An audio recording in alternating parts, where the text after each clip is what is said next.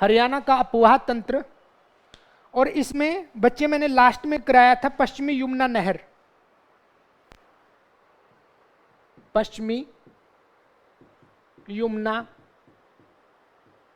नहर। तो एक मेजर नहर है, मुख्य नहर है।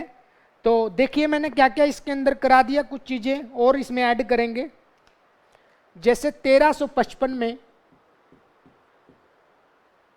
फिरोज शाह तुगलक के द्वारा,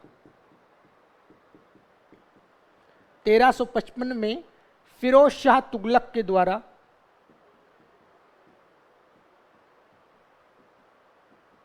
इसका निर्माण कराया गया था। उस समय कारण क्या था? शिकारगाह के पानी के लिए, शिकारगाह के लिए। तो शिकारगाह के लिए क्या कराया था? इसका निर्माण कराया था बेटा। पहला मुगल कौन सा था जिसने इसके ऊपर पुनः निर्माण कराया?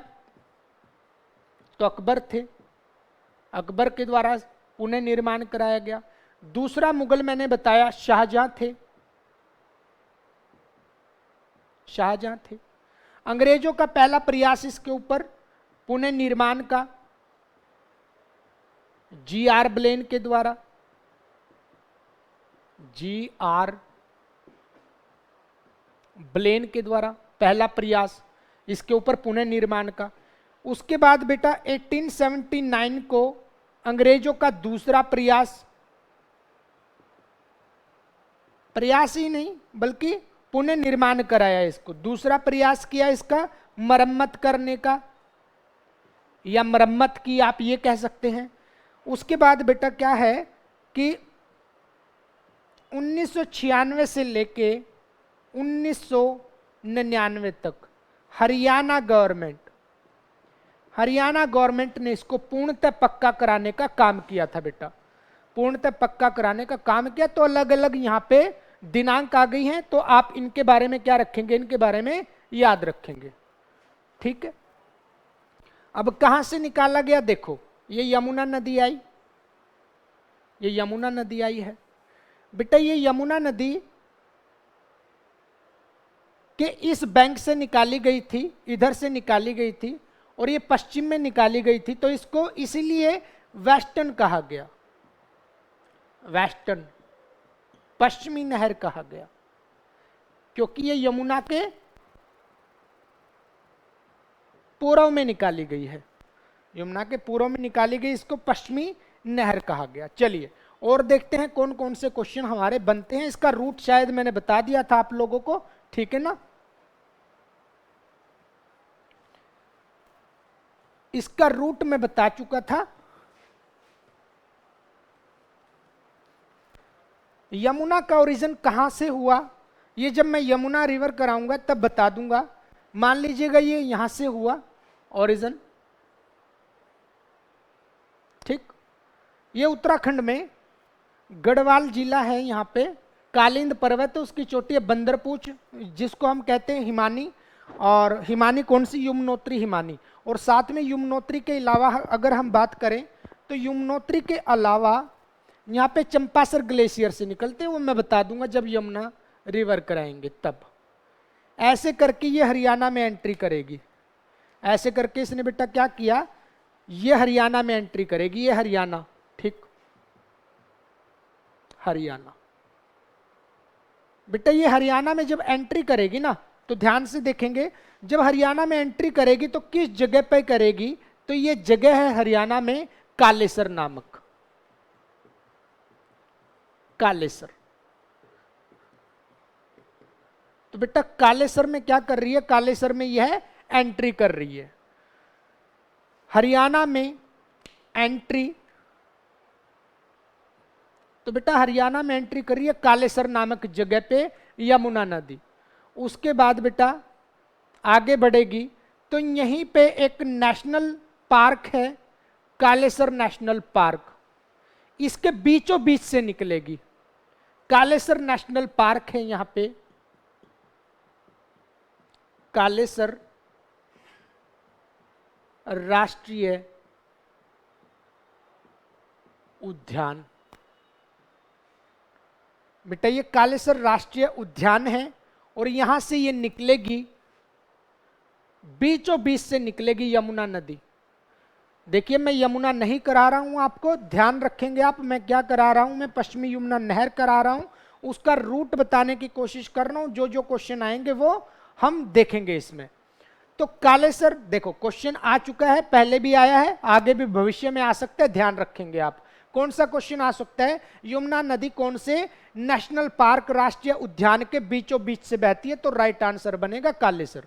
ठीक, यमुना नदी कहां से हरियाणा में प्रवेश करेगी, तो इसका भी राइट आंसर क्या बनेगा, कालेसर नामक जगह पे यमुना नगर में वो एंट्री कर रही है। अब यमुना नदी कालेसर वन्य जीव अभयारण्य राष्ट्रीय उद्यान के बीच से वो बहती हुई निकलेगी और यहां पे एक जगह है बेटा जिसको कहते हैं हथनी कुंड बैराज। यहां पे हथनी कुंड बैराज है, ये वाला हथनी कुंड बैराज। तो बेटा ताजेवाला में ताजेवाला बैराज बोल देते हैं, ताजेवाला। यहां पे ये बैराज बनाया गया, हथनी कुंड बैराज, और यमुना तो बेटा सीधी निकल गई और बैराज बना के यहां से क्या निकाल दी गई, पश्चिमी यमुना नहर निकाल दी गई। यहां से क्या निकाली गई, पश्चिमी यमुना नहर, यानी बेटा ये वाली है पश्चिमी यमुना नहर। बेटा यमुना के पानी को कौन कंट्रोल करता है, तो राइट आंसर क्या होगा, हथनी कुंड बैराज होगा। यमुना के पानी को कौन कंट्रोल करेगा, लिख लीजिए मेरे बच्चे, क्वेश्चन आ सकते हैं। यमुना के पानी को कंट्रोल कौन करेगा, हथनी कुंड बैराज करेगा। और बेटा पश्चिमी यमुना नहर के पानी को कंट्रोल कौन करेगा, तो बेटा उसका राइट आंसर होगा हमीदा डैम करेगा, हमीदा डैम। लिख लें बेटे, अलग से नोट बना लें इस बारे में जो मैं बोल रहा हूं कि यमुना के पानी को कंट्रोल करेगा हथनी कुंड बैराज, और बेटा यहां पे है पश्चिमी यमुना नहर के पानी को कंट्रोल कौन करेगा, पश्चिमी यमुना नहर के पानी को कंट्रोल करेगा हमीदा डैम। अब हमें करना है बेटा हथनी कुंड बैराज के विषय में बहुत सारे प्रश्न बनते हैं जो यमुना नगर में बना है, जिससे आपकी पश्चिमी यमुना नहर निकाली गई है। तो कौन कौन से प्रश्न बनते हैं बेटा, देखो इसके बारे में, हथनी कुंड के बारे में, ताजेवाला, ठीक है ना, ताजेवाला या हथनी कुंड बैराज।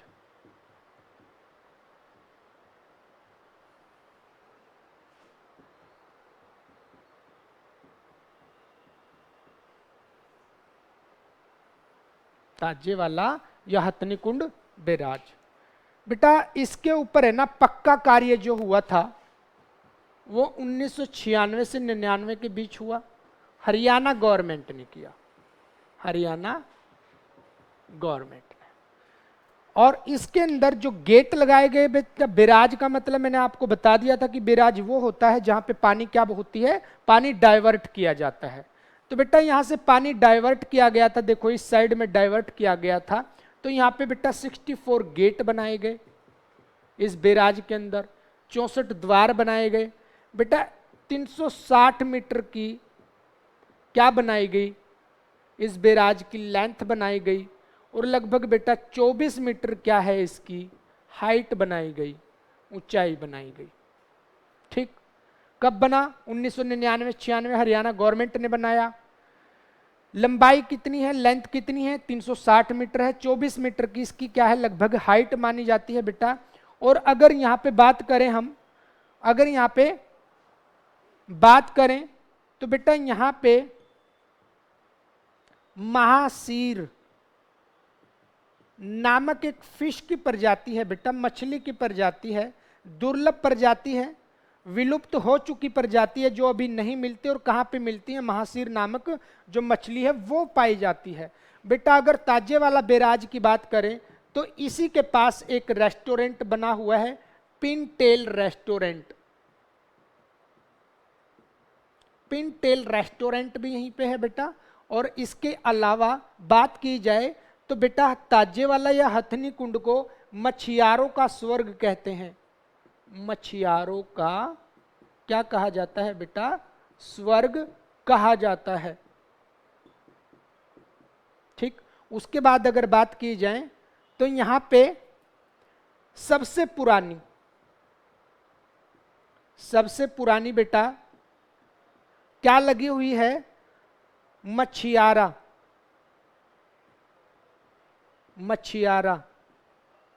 रिकॉर्ड बुक लगी हुई है। मछियारों की पूरे भारत में सबसे पुरानी रिकॉर्ड बुक कहां पे लगी हुई है? तो यमुनानगर के इसी ताजेवाला हथनी कुंड बैराज पे लगी हुई है। मछियारों का स्वर्ग इसको कहते हैं। पिनटेल रेस्टोरेंट है। महासीरम नामक मछली पाई जाती है। 24 मीटर हाइट है, 360 मीटर इसकी लेंथ है, 64 द्वार है। 1996 में ये बना था बेटा। ये है हथनी कुंड बैराज की बात कर रहा हूं, इसकी बात कर रहा हूं। ठीक है ना? रूट मैंने आगे फाइनल बता दिया था कि हमीदा डैम के बाद ये कहां पे चला गया? हमीदा डैम के बाद ये अंबाला में आ गई, और अंबाला के बाद ये करनाल में आ गई, और करनाल के मुनक में बेटा ये चीज मैं बता चुका था कि करनाल के मुनक में इसका नाम क्या हो गया। ठीक, तो पश्चिमी यमुना नहर, इससे आगे भी बता देते हैं 2-3 चीजें। ठीक है ना? ये यमुनानगर है, YMN लिख रहा हूं।